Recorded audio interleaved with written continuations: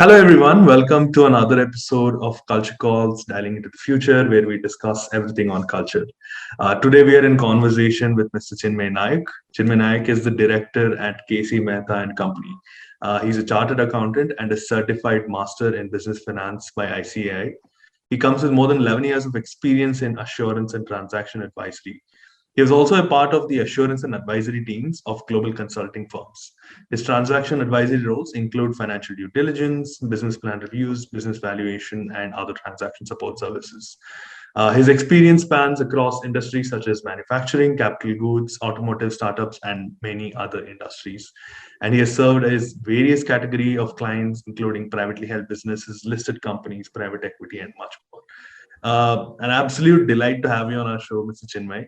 Could you, tell us the audience a bit about yourself and the work that you do, so that we can have a much more broader understanding? Thanks, Suman, first of all, for the wonderful introduction. It's always a pleasure to contribute to M&A Genome and the activities that you guys do. In terms of a brief background of mine, I think what you already stated, I'm a director with Mehta and Company. We are a firm of chartered accountants. And the domain that I handle is the mergers, acquisitions, and the PVC investment advisory domain, which kind of includes end-to-end advisories, including deal sourcing, structuring, valuations, due diligences, negotiations, tax and regulatory aspects of a transaction, including the documentation and the post-deal or post-investment integration.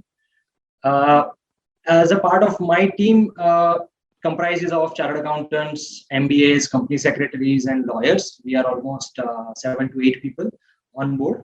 That is how my team goes. And I am basically located out of Baroda, but we have offices in Ahmedabad, Mumbai, and Bangalore. And of course, over the last few years, the physical location of office hardly matters. We cater to clients all across the globe, frankly. So that is largely about the domain that I cater to. That's fantastic. And, you did speak about your long history of work in the mergers and acquisition space. And thank you for highlighting about M&A Genome as well. That's a great highlight for us. I think, as a person who has been in the mergers and acquisition space, you've probably seen how company culture is evolving every day, and how culture is playing such an important part in mergers and acquisitions. So how exactly do you see work culture evolving in the past few years, especially post-pandemic, and this hybrid environment that has come in? Do you see it staying, and how exactly do you see that work culture can evolve in this hybrid environment as well? No, I think I must first of all admit that, for all of us, it actually took a pandemic to realize that, work can actually happen from anywhere. Leave it just work from home, right? So I think that's one biggest learning that we all have had, including myself, my team, my clientele, whosoever I work with. Right? So I think that's the biggest positive that I would take out of the pandemic that has come in. And mind you, without actually affecting the efficiency as well. If you otherwise speak of doing a work from home 2-3 years ago, people would actually doubt, whether a person would be efficient or not, whether a person would actually end up working or not, will he be able to deliver or not. I think all those questions have been put to rest. We have all realized, and the results are out. This hybrid culture is going to stay, and it has not at all impacted the efficiency. In fact, the biggest advantage of the hybrid workplace is the flexibility it offers to manage your work and personal life now, which somehow was not there earlier. So I think that's the biggest advantage. The way managers or leaders used to see, the art of or the culture of so-called micromanaging has no longer been there. It has been replaced by reviewing the outcomes rather than managing or micromanaging people in terms of the time and the place from which they work. So I think that way also the culture has changed big time.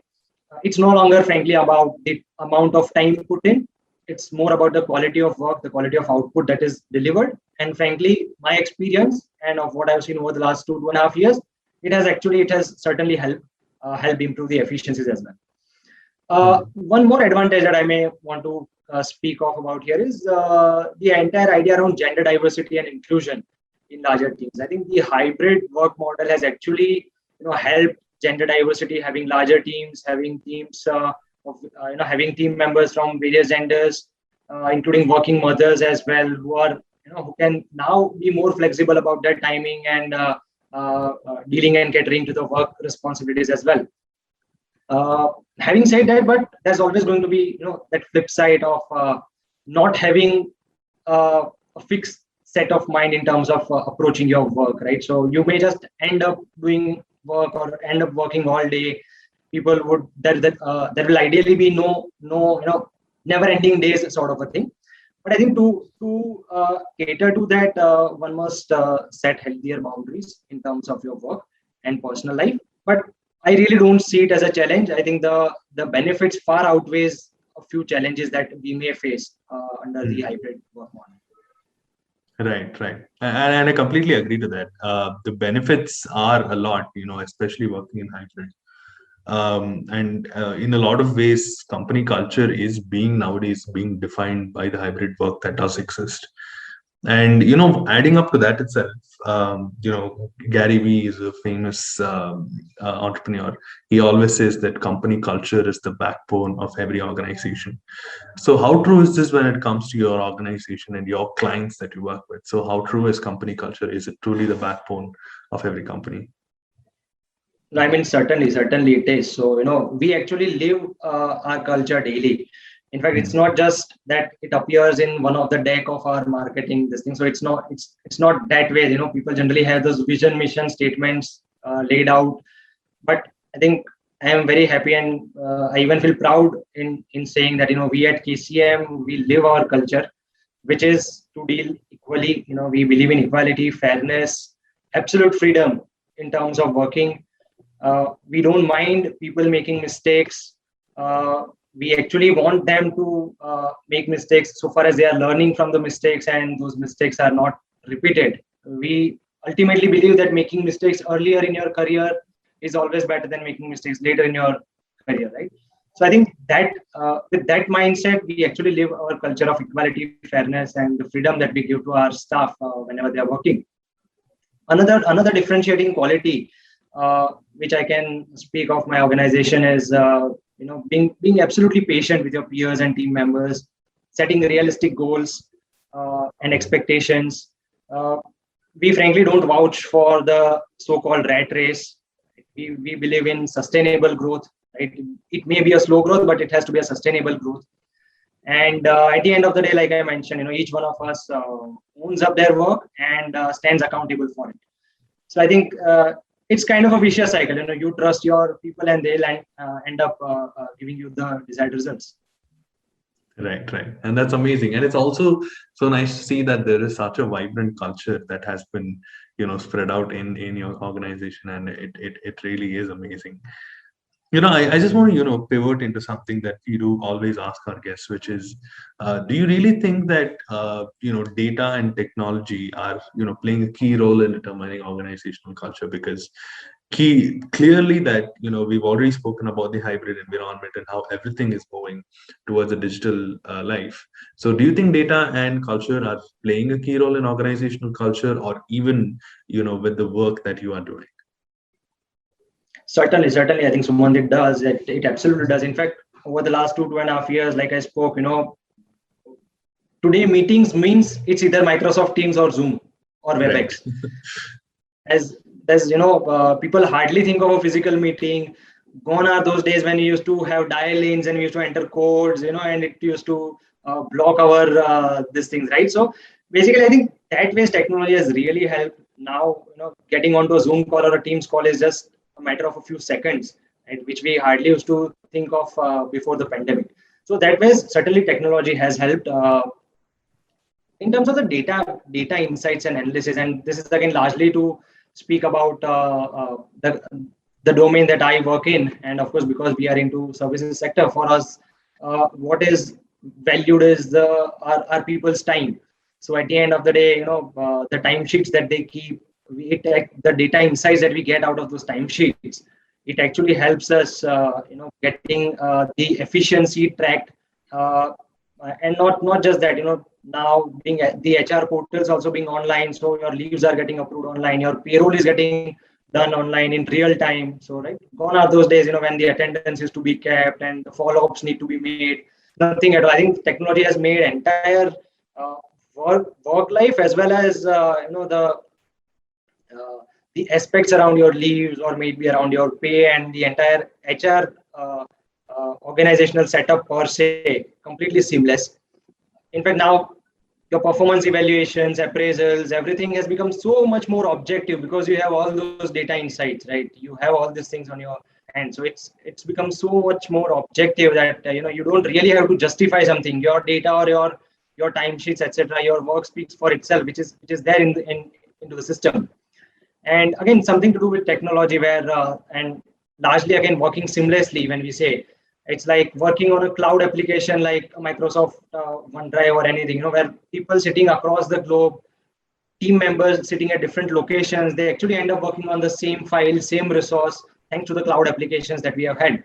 So I think absolutely technology has been a true winner so far as this work culture or the hybrid workplace model is concerned. That's amazing.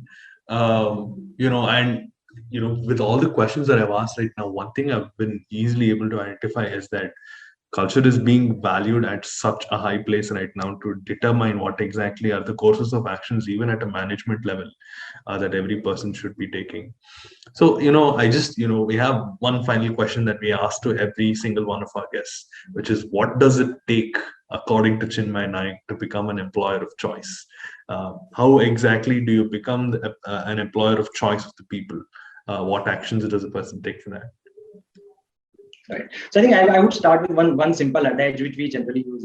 Basically, you need to be just true to yourself. Frankly, you don't need to show up of something else and be something else. So just be yourself, right? And kind of you need to walk your talk, right? So when I say, if I were to, or I mean, of course, I believe we are an employer of choice, but if I need to advise someone to be an employer of choice, I would say you first of all must need to give freedom to your staff, to your people.